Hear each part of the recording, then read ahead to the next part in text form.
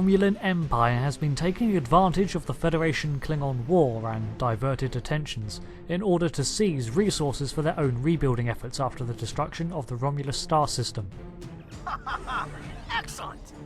The area is secure and we restore peace in the system. I'll mention your efforts in my official report. Chimera out. The Armiger is one of many ships assigned to drive out the Romulans from their illegitimate claims to a system. Missions like this one are frequent and will see you pitched against various factions, a constant reminder that the galaxy is in a state of war. However, the Romulans will have to wait. Starfleet intelligence has need of us once again. Starfleet intelligence needs your help. See? Intelligence has been analysing the data we recovered from the Klingon R&D facility in the Briar Patch, and this corroborates a story from a potential defector close to Bovart, who says that the torpedoes were not the biggest threat out there, and that Bovart has already completed a Doomsday weapon itself. Lieutenant Van Zyl will be gracing us with her company once again, as we set course for the Donia system near Riser. The Donia system is devoid of habitable worlds, but once supported a sentient species, whose environmental damage was so extreme it destroyed their ecosystem, leaving little of value left in this area. But this is apparently where Bovat's traitor told us to go for more information. So off we go. Van Zyl explains that we've received no coded transmission from our informant as expected. This is worrying because it suggests he's been captured. But we have the go-ahead to get our own intel by disabling a Klingon ship and boarding it. There are several vessels docked at this small station. There are IKS War, the IKS Melotta and the IKS Hosh. The IKS Targ is one of only 2 ships that are currently active, the other is a Raptor escort vessel. Clearly they weren't expecting company. Navigating to a position to isolate the IKS Targ is difficult, as the Raptor's patrol keeps it close, so we'll have to dispose of it before we can board. Now the Targ is easier to disable than the Raptor is to destroy, so in the interests of reducing the incoming fire, we break the Targ first before focusing all our firepower on its partner vessel.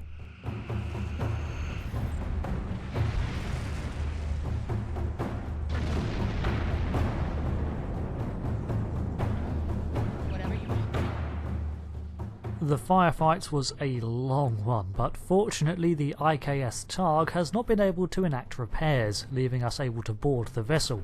I'll be beaming over to assist in the effort, but for once we're bringing more than just 4 people. The Targ itself was running a skeleton crew. Convenient. As Hale sweeps through the ship, we pass boarding parties driving back small clusters of Klingons. I can't help but feel a little like a pirate here, boarding a vessel, leaving the fighting to my crew as I move through the ship with my own objective in mind.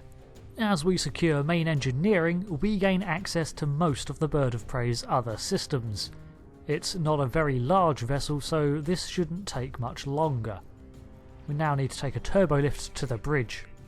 After some pinpoint timing with the transporters there, we take out the remainder of the crew. Remind me to give the chief a thank you bottle of blood wine. Also, remind me to steal a bottle of blood wine. We get the all clear from Van Zyl, who also notifies us that the IKS Targ wasn't selected at random. Apparently this ship is the information source that the informant was talking about. Thanks for letting us know in advance, Van Zyl. I guess I didn't need to know until now. Bloomin' compartmentalisation. No blood wine, but a lot of weapons. An absurd amount, in fact. Either the captain of this ship was very paranoid, or they were transporting some sensitive arms that the captain didn't want to let out of her sight. We should delve into her personal logs and see what we can find out. Captain's personal log. I have been betrayed by my first officer, a man I considered my friend, Kavok. Why? He and a group of traitors tried to take the ship. Kavok is the only survivor. There is also evidence that Kavok sent a coded message to Federation space. I do not understand why a warrior I have trusted with my life would do this. He tried to explain, But I do not need to listen to the words of a traitor. Let him rot in the brig. Ambassador Bovart has ordered me to bring him to the Amarga system for questioning. Kavok will die screaming. It is not an honorable death, but it is the one Kavok deserves. Amarga system, eh? Seems to be the destination, and perhaps Bovart is there himself. In the meantime, let's go to the brig and find this Kavok. The phaser at the ready, I do a quick scout around of the brig and find only one prisoner. This must be Kavok, but he won't talk to me whilst he's in the brig. What do you want? We lower the force field, but keep the phaser on him just in case.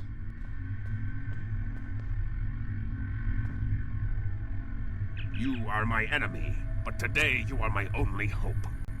We have a lot of dialogue options here, but let's start with the obvious. Why were you in the brig? I was once the first officer of this ship. I served the House of Bovart loyally and well, and fought by my captain's side in battle. I thought I was living an honorable life, and then I learned what Ambassador Bovart's plans for the war were. I could not let Bovart do such a horrific thing. To unleash such a weapon upon the galaxy for his own ends is the act of a coward, not a warrior. I gathered a small group of officers who thought as I did. Our plan was to take over the ship and fly it to the Amarga system. There, we would either stop this doomsday before it occurred, or die in battle. I tried to take this ship. I failed. Now I am dishonored, and I must redeem myself or die. Alright, a failed mutineer, but then why contact Starfleet? When my plan to take the Targ was discovered, I knew I had to act quickly. Bovart has much more than the experimental weapons from the base in the Briar Patch. He has a planet killer, a ship of such destructive power that nothing can stand against it.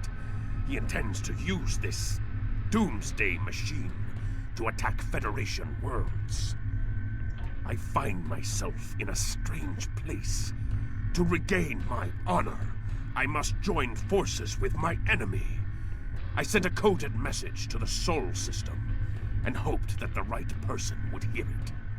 If you've seen the traffic in the Sol system, you'd know that those odds are very high. But what's Bovart's motivation? Bovart is obsessed with conflict. He believes that the Klingon Empire will stagnate and fall into degeneration and ruin unless they have enemies to fight. Without war, Bovart believes that we will destroy ourselves. Bovart found the planet killer, and he ordered his scientists to learn how to control it. Now, he plans to attack and destroy one of your worlds. The Ambassador knows the Federation wants peace, but if there was an attack where billions died, would something so heinous make you want revenge? If he succeeds, the war between our peoples will be endless, and Bovart will have won. Tell me more about this planet killer. It is a ship with no crew. Its hull is solid neutronium. It fires beams of pure anti-protons, and fuels itself with the hulks of destroyed planets. Weapons are useless against it. The planet killer is ancient. I have heard stories that your Starfleet defeated a device similar to this long ago. I hope that you will be able to defeat this one as well. Where on Earth did he find another planet killer? It was a floating hulk deep in the Taong Nebula. Ships from his house searched for months before they found it. Bovart claims to have knowledge of the future.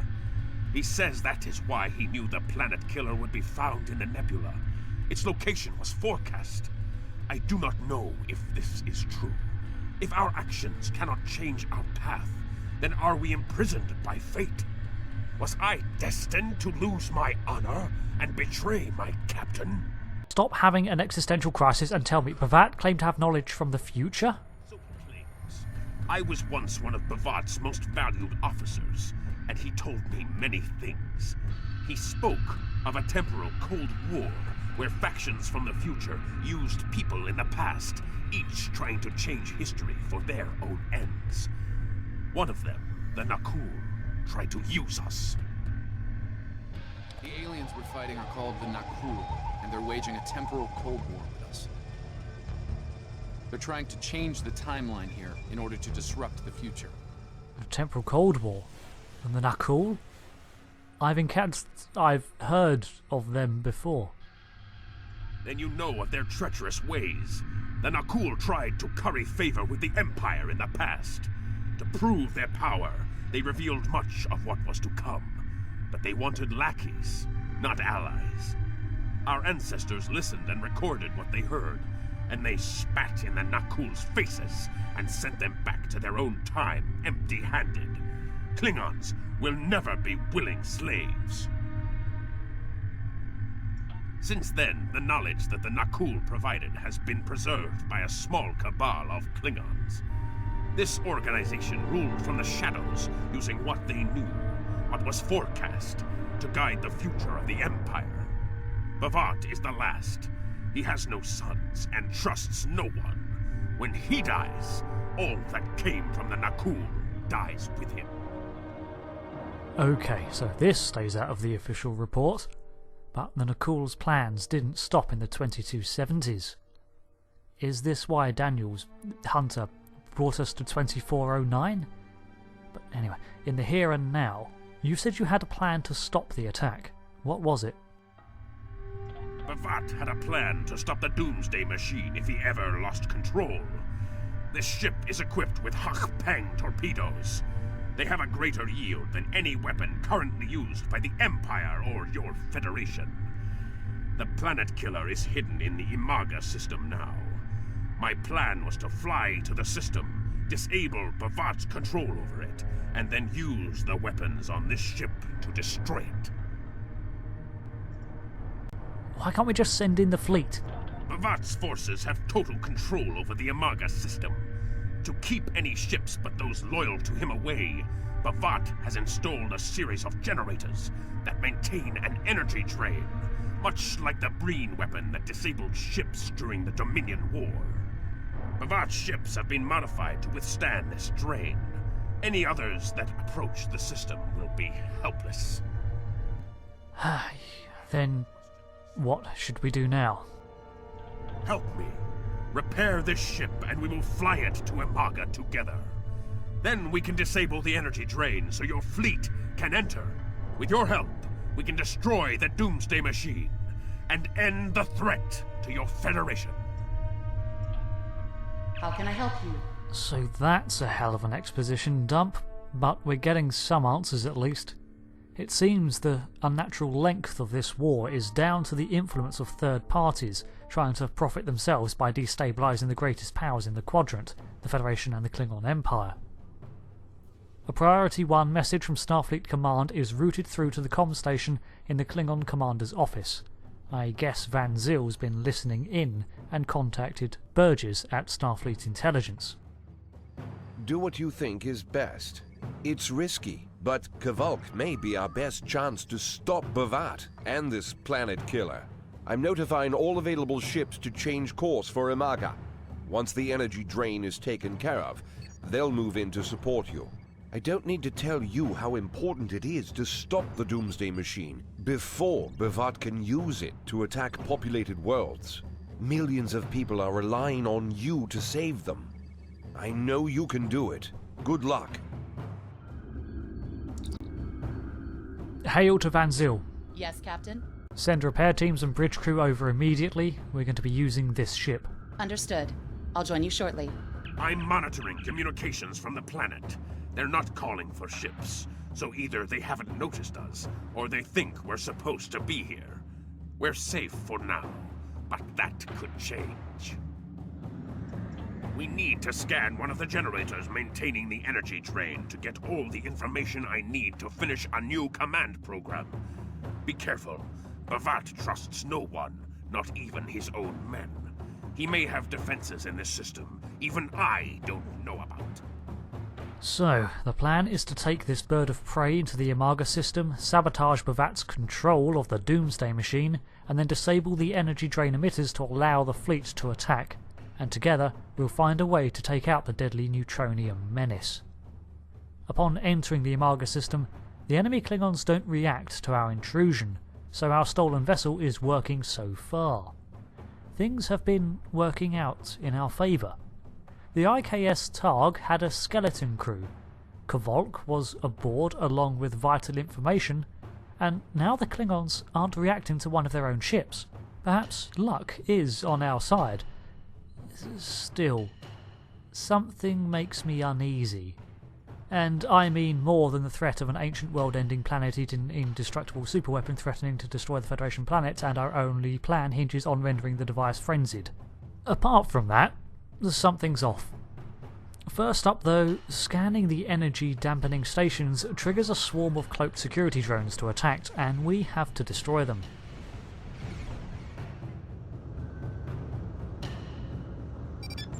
Minimal damage, Captain. All systems are functional. Kvolk, what attacked us? Drones? Bovat must have upgraded the security. Scanning the generators now. I have the data. We will need to load the control program into all 3 generators.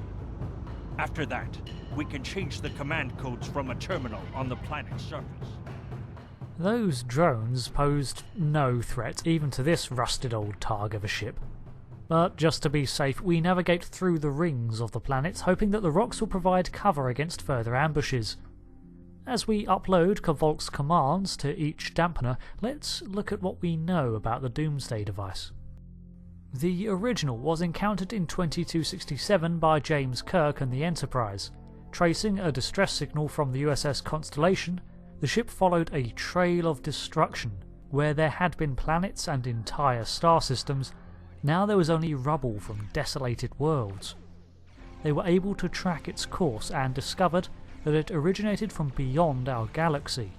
It releases a powerful anti-proton beam, annihilating the matter that it comes into contact with and vacuuming up the remaining debris to use as fuel. It was deactivated, not destroyed, by Kirk when he flew the USS Constellation into its maw and detonated its core. Its origin is unknown, but it does seem to be extragalactic, though it couldn't be from too far beyond the galactic barrier, as it needs to consume matter to power itself, and there's nothing beyond the edge. So, was it deployed on purpose? Is it simply a rampant weapon out of control? We don't even know how old it is, just that it predates the Federation. Probably. The generators are under our control now, but your ships won't be safe until we lock Bovat and his forces out of the command consoles. I've equipped your away team with holoprojectors, and they're ready for the mission. And Captain, remember that you're a Klingon now. Try not to look too out of place.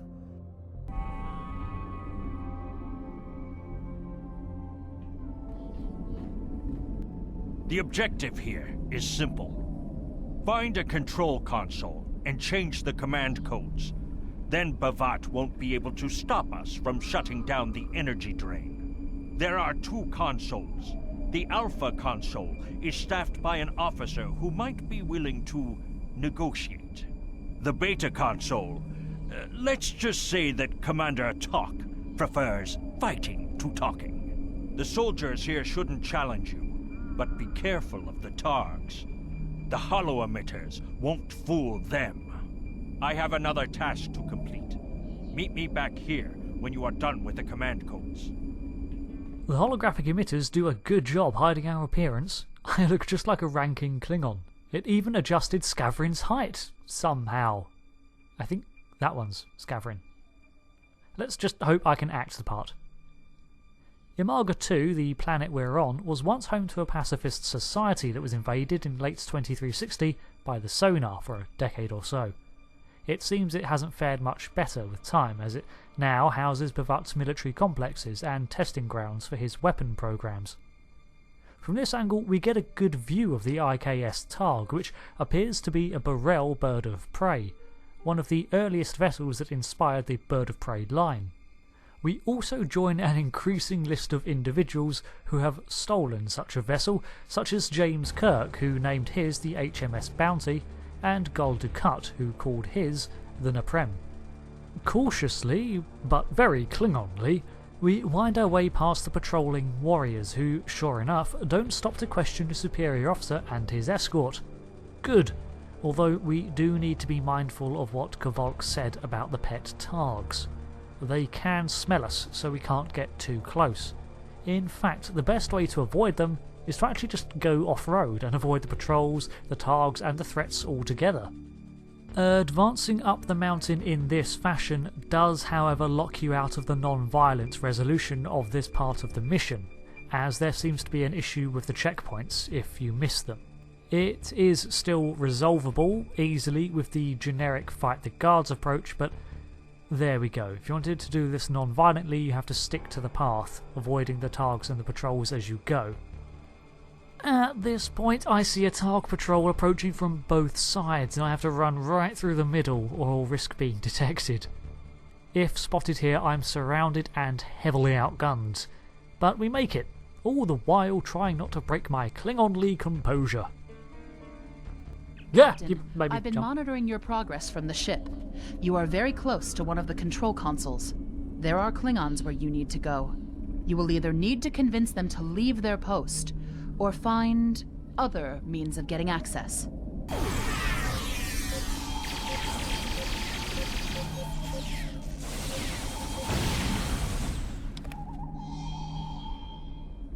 Other means it is. Now, as mentioned, there are non-violent resolutions to this step where you can send the guards on an errand, but off-roading negates these options. I like to imagine it's because we haven't overheard the necessary dialogue or something. Another glitch that it causes is that it resolves this quest step entirely no matter which generator you go to, when instead you're supposed to reach both the Alpha and the Beta consoles. I see your mission was successful. Excellent. Mine was as well. I have smashed the device that Bovart used to control his Doomsday machine. The planet killer is now as dangerous to him and his ships as it is to anyone else. You cannot control the storm, Captain. If you try, it will consume you. Meet me back at the ship. There is still more to do before this dark day ends and my honor is restored. In the interests of completion, I went back and dealt with the other generator as well.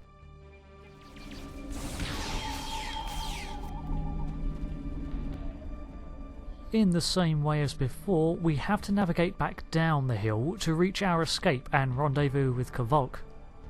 This time you can simply travel down the side of the train without incurring the wrath of any glitches. The journey back is fortunately uneventful. Uh-oh. Upon reaching the IKS Targ, we see Kvolk is confronted by a group of soldiers. Not just soldiers, but Bovart himself is here, as are several robed aliens. Are these Nakul? No, wait. They're Lithian, a telepathic race that pledged service to the Empire in favour for payment. Well, let's see what they want. Hopefully he won't be able to recognise us in our foolproof disguises. But he does have telepaths with him. You? You stumbled into my trap in the briar patch like a blind Grizna cat. And here you are again, luring Starfleet ships to my testing grounds. The Doomsday machine will destroy them. It will create glorious, endless war and strife. And it is all possible because of you. Your naivete has been a great help to me. Thank you. No! I will not allow you to dishonor the Empire with your thirst for blood. We face our enemies as warriors, Bovart. We do not massacre innocents with machines of death. There are no innocents. There are only the strong and the weak. Are you strong enough to fight your own weapon? I have destroyed the device controlling the planet killer. No one is safe. This isn't over! Warriors, attack! Joel, it's you! So, the vulnerability of the IKS Targ was a trap. He wanted the fleet here so that he could test the planet killer's capabilities in a system he controlled, rather than deploying a potentially faulty weapon into enemy space. Ruthless and cliché, but clever. I see it. Bovart's planet killer is here. Maybe it has a weakness that we haven't found yet. We need to run a scan. Go to the navigation beacon. That should be close enough for the scan, but far enough away to keep us safe until help arrives. As we beam out, Van Zyl informs us that the energy field is down and the fleet is en route. Just as planned, but by both us and Bovart it seems. However, she also informs us that the Klingon forces are in disarray as the planet killer is attacking anything in range. Now it's just a fight for survival.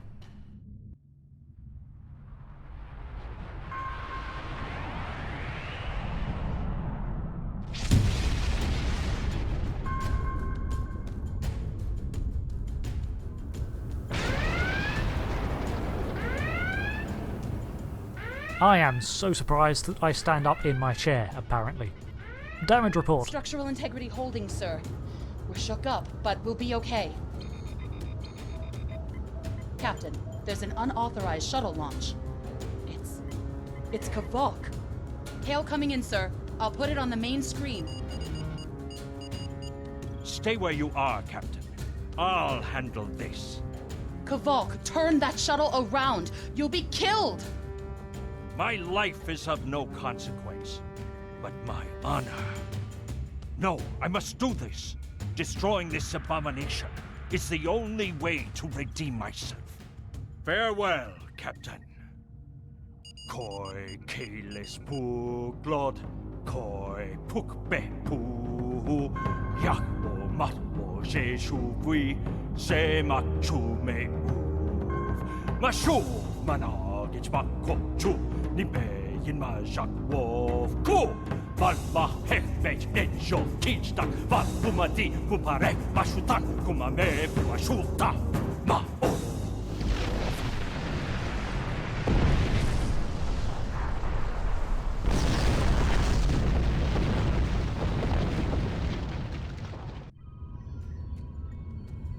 I'm reading significant damage to the Doomsday machine, sir.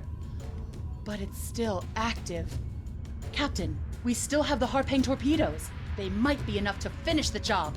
The machine's hull is solid neutronium, so targeting it won't help. We'll need to fly in front of the Doomsday machine and launch the torpedoes down that thing's throat. The fleet will be here to help distract it, but we need to be careful. If we're in front of it when it fires its anti-proton beam, we won't fare any better than that moon did. And with that, Kvolk is gone, damaging the Doomsday machine from within, just as before in history. However, a single shuttle is not enough to do more than hinder the monolithic World Eater. We'll need to finish the job. Arming all weapons and loading the prototype torpedoes, we set a course for the fray with the goal of ending this.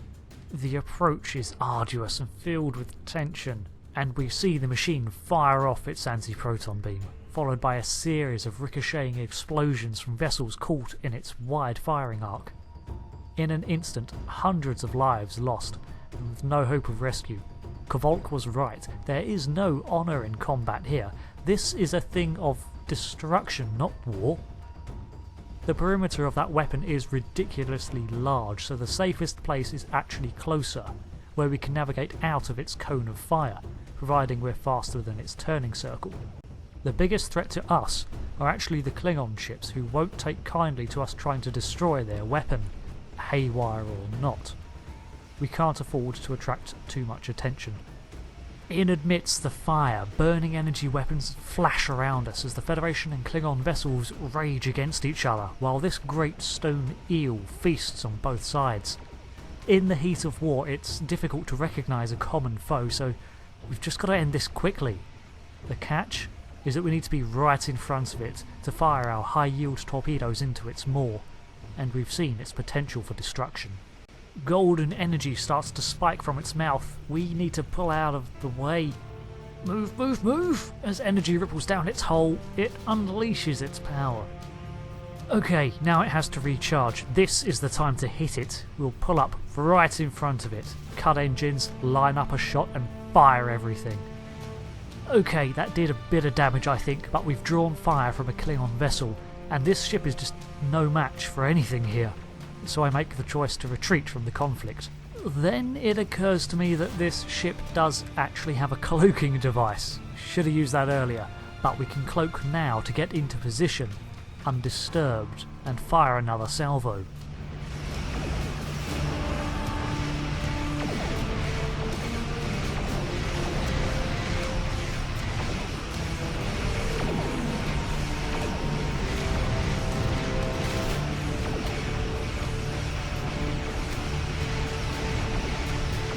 Okay, that'll do. It's preparing to fire again. Let's veer away.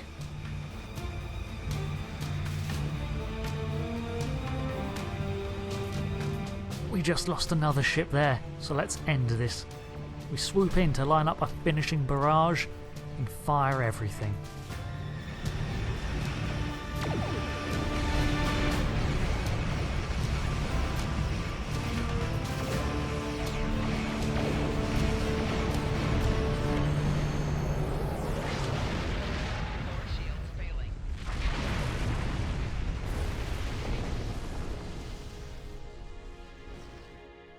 Well, I think we lost the bird of prey there, but the planet killer is dead. Of course, in-game we simply respawn, so I'm choosing to believe that we escaped from the explosion in a cinematic fashion. Captain, Commander Burgess is patching a subspace signal through to us. The message is from Kronos, sir. Routing it to the main view screen now. Captain, my name is Kamen. While the Empire realizes that you played a vital role in defeating a threat to both our worlds, I am afraid I must insist that you return the ship you stole immediately. I would not want to have to escalate this into something that we will both regret. The battle is over. We do not need to begin another. Yeah, your ship's fine. It might be best to do what he asks, Captain. The fleet's in no condition for a prolonged fight, sir. And honestly, there's not much about the bird of prey specifications that Starfleet intelligence doesn't know already. We did what we came here to do. Let the Klingons have their little victory, and the fleet can take you and your crew back to your ship.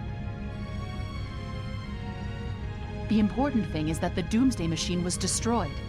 I'm sure Commander Burgess will want to congratulate you for a job well done. We warp back out of the system to drop off the ship and hitch a ride back to the Armiger. Van Ziel's right, we need to pull back. Kvolk's loss is unfortunate, but he did what he believed he had to do. In the end, he died with honor.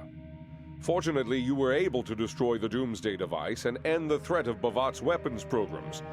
We probably haven't seen the last of him, but at least now he's disarmed. At least as much as any Klingon, that is. And don't worry about having to return the IKS Targ to the Klingons. I don't believe that there's much about that class of bird of prey that Starfleet intelligence doesn't already know. If getting the ship back lets the Klingons think they won a small victory, I don't mind, and you shouldn't either. There are very few captains who can say they faced a threat like you did today and lived to tell the tale. Impressive work. For our reward, we get to choose from a myriad of shielding options, as well as another crew member. It's unclear if Bovart died in the fight, but I wouldn't count on it. What's more concerning is that he was receiving aid from the Nakul, or at least was at some time, enemies we'd first encountered in Hale's own time period.